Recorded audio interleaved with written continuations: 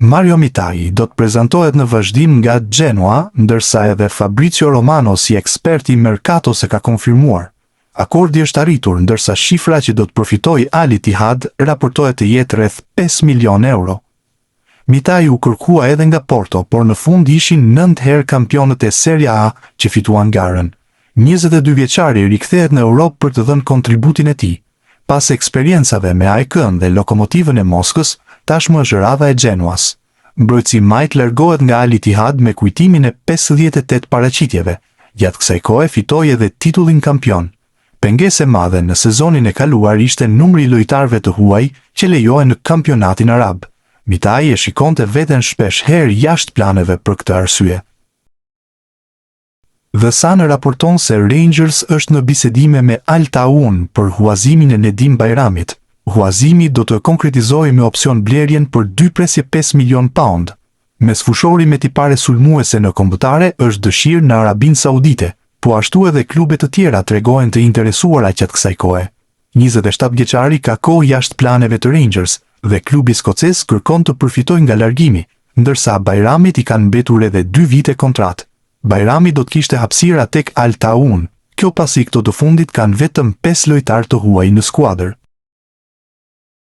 Granit Xhaka ka dhënë sinjalin e qartë se ardhmja e tij është e Sunderlandi, duke i dhënë fund spekulimeve për një largim të mundshëm nga Macet e Zeza.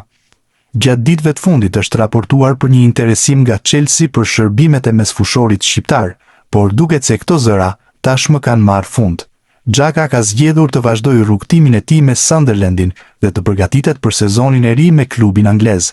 Kapiteni i kombëtares së Zvicrës ka emocionuar tifozët e Sunderlandit me një mesazh në rrjetet sociale, duke kujtuar vitin e parë të tij me skuadrën dhe duke shprehur ambicjet për të ardhmen.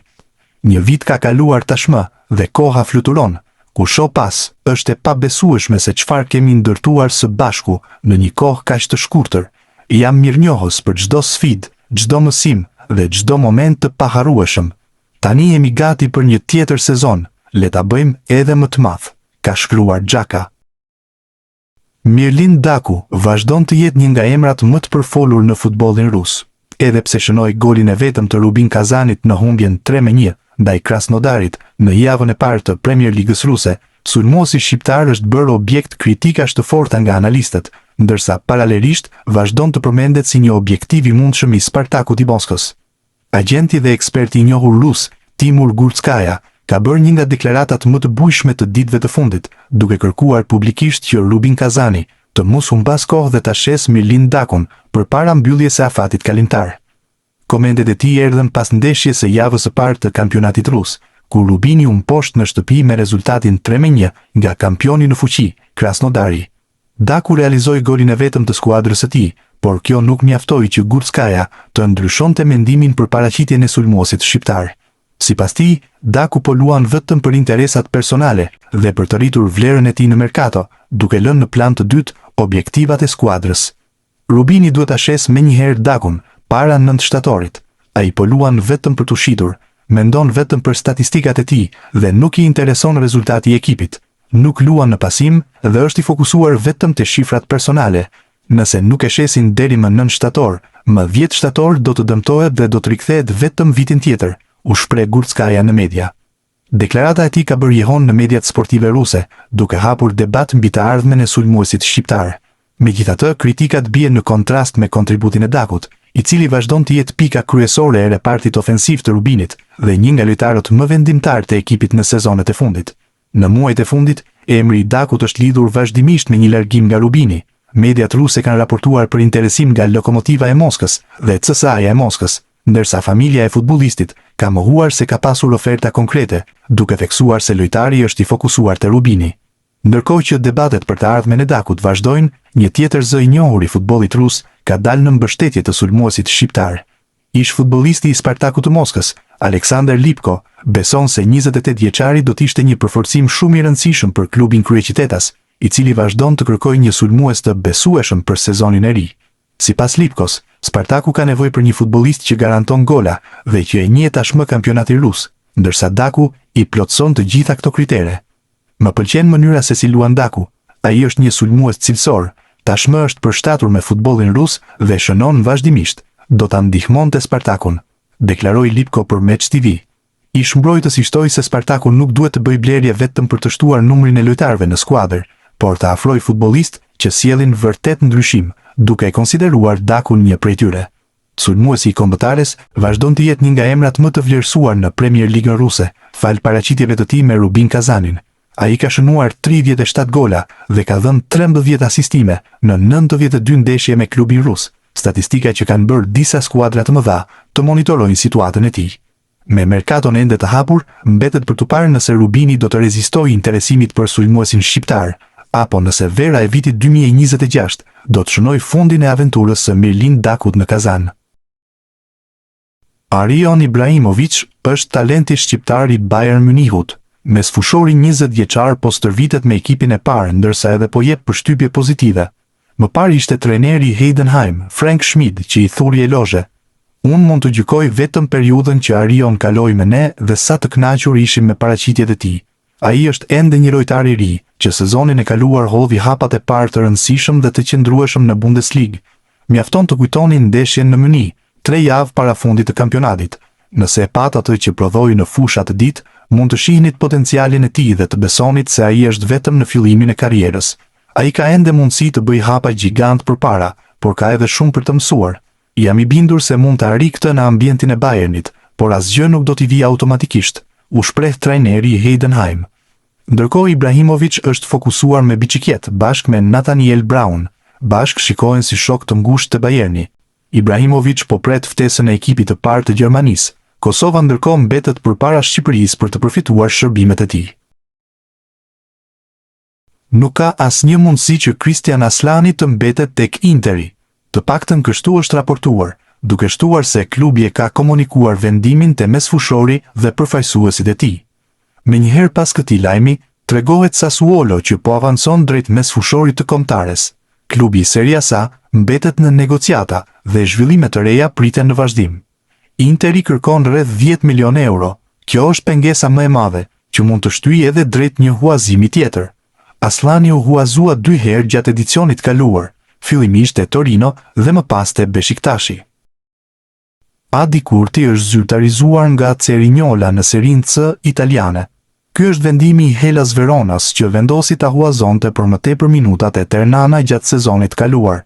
Kurti është qendërmbrojtës dhe bën pjesë te kombëtarja U21.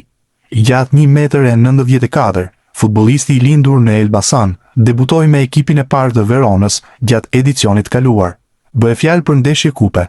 Më pas luajti me Ternanon si i huazuar, pikërisht në Serinë C, aty ku tashmë është bashkuar Cerignolas. Për 20 vjeçarin ekziston mundësia e blerjes së kartonit nga Cerignola. Megjithatë, Verona ka ruajtur edhe një opsion po ashtu për blerje të Kurtit, nëse Cerignola vendos ta mbajë pas përfundimit të sezonit. Armando Broja është një nga dëshirat e Lazios në këtë mercato vere. Këto janë raportimet e fundit nga Italia, që tregojnë se 2 herë kampionët e Serie A po punojnë për këtë transferim. Broja nuk luajti në miqësorën e fundit ndaj Ajaxit, ndërsa trajneri Burnley konfirmoi dëmtimin e tij. Për Lazion do të ishte një transferim në formë huazimi, por pa detyrim blerje. 24 vjeçari më parë është treguar në listën e dëshirave të drejtorit sportiv të Lazios. Mariano Fabiani, pasues i Iglitares të Lazio, nuk arrente ta konkretizonte si pistë për shkak të detajeve financiare. Broja është ende në kohë për kthesën e madhe, dhe për këtë duket se duhet të largohet nga Anglia. E ardhmja e Marash Kumbullës te Roma vijon të jetë e paqartë. Mbrojtësi shqiptar nuk mban pjesë në planet e trajnerit Gianpiero Gasperini për sezonin e ri, dhe klubi italian po shqyrton mundësinë e largimit të tij gjatë merkatës së verës. Sipas mediave italiane, Roma po punon për të riorganizuar repartin e mbrojtjes dhe Kumbulla është një nga lojtarët që mund të largohet. Për 25 vjeçarin ka interes nga La Liga. Rayo Vallecano është një nga klubet që po ndjek situatën e tij dhe mund të bëjë një lëvizje për ta afruar. Në rast transferimi, kjo do të ishte eksperienca e tretë e Kumbullës në Spanjë, pas huazimeve te Espanyoli dhe Mallorca. Ndërkohë Roma po kërkon përforcime në mbrojtje, me drejtuesit që po vlerësojnë disa alternativa për sezonin e ri. Për Kumbullën, prioritet mbetet gjetja e një skuadre ku mund të ketë më shumë hapësira dhe vazhdimsi, edhe pse dëshira e tij ka qenë e vazhdueshme për të qëndruar në kampionatin italian, me Romën. Kedi Bare është drejt transferimit të Cadiz në La Liga 2. Me këtë rast po merret pikërisht ish presidenti i klubit, Manuel Vizcaino, i cili po negocion me përfaqësuesit e Barës. Mesfushori harruar nga kombëtarja ka mbetur si okazion në merkaton e verës. Bare është i lirë, ndërsa shkak për ndërprerjen e kontratës u bë rënja nga kategoria e Real Zaragozës dhe dëmtimet. 28 vjeçari i lindur në Fier duke se do të mbetet në Spanjë, aty ku ndodhet që prej dhjetorit të vitit 2013, kur Atletico Madrid e mori në akademi. Armando Broja nuk ishte i përjashtuar dje nga skuadra ndërsa Burnley luajti miqësoren me Ajaxin. Kjo ishte pikpyetja e madhe pasi sulmuesi i kombëtares nuk u pa në listë dhe më parë nuk ishte raportuar për dëmtim. Në fakt, rezulton të jetë sërish dëmtimi që e mban jashtë fushës së blertë. Trajneri i ri i Burnleyt ka sqaruar situatën pas humbjes 2-1 në Holand, ndërsa duket e pabesueshme se sa po penalizohet Broja nga dëmtimet. Nicky Hayen shtoi se Broja do të qëndrojë jashtë për disa javë. Broja ka një dëmtim të lehtë, ndaj do të mungojë për disa javë, u shpreh shkurtimisht tekniku belg. Emri 24 vjeçarit ndërkohë qarkullon në Serie A. Kujtojmë se te Burnley e lidh një kontratë e vlefshme deri në vitin 2030, dhe nëse largohet me shumë gjasa do të jetë si huazim. Ernest Muçi është ylli që po tërheq vëmendjen gjatë fazës përgatitore të Trabzonsporit. Taka Gazete që është pranë klubit turk i kushton një artikull pikërisht Muçit. Ritmi i lartë dhe performanca në Austri ku po zhvillohet faza përgatitore kanë bërë që të tërheq vëmendjen e trajnerit Fatih Teke, dhe pse do të ketë rivalitet në fazën ofensive, numri 10 nuk do të diskutojë vendin e tij nëse qëndron. Për Muçin kanë qarkulluar disa skuadra deri tani. Bëhet fjalë për kampionatet kryesore të Europës si Itali, Gjermani dhe Angli. Sot ndërkohë u luajt miqësoria me Frankfurtin, që u fitua me rezultatin 0-3 nga klubi gjerman. Muçi ishte pjesë e lojtarëve që u aktivizuan sapo filloi pjesa e dytë. Peripecitë e Armando Brojës tek Burnley nuk kanë fund. Sulmuesi i kombëtares shqiptare ndonse mori zemër në 2 miqësoret e fundit përballë skuadrave amerikane ku ju dha hapësirë, këtë radhë është zhdukur sërish. Bëhet fjalë për testin e radhës miqësor që Burnley zhvilloi përballë Ajax, sfidë kjo e humbur me rezultatin 2-1. Në këtë përballje Broja nuk rezultoi as i pranishëm në stol, duke dhënë idenë se trajneri i ri i skuadrës, Nicky Hayen, ka dyshime për Shkodranin.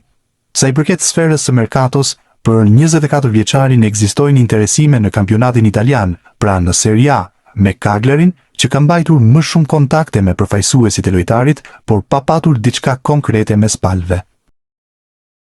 Tim Civegja ka tundur rjetën në ndeshjen e parë me Karlsruher. Mesfushori shqiptar gjeti golin ndaj Interit në miqësore ndërsa regjistroi minuta e 50. Civegja përfitoi nga një pastim në zonë dhe i dërgoi topin me lehtësi në rjetë. Kështu u zhbllokua dhe rezultati 1-0, duke kaluar Karlsruheri në avantazh. Kujtojmë se Civegja ishte pjesë e moshave të Gjermanisë. 24 vjeçari kaloi më pas te Shqipëria, ndërsa asnjëherë nuk është ftuar nga ekipi i parë. Gjatë gjithë karrierës së tij, ka luajtur vetëm në Gjermani.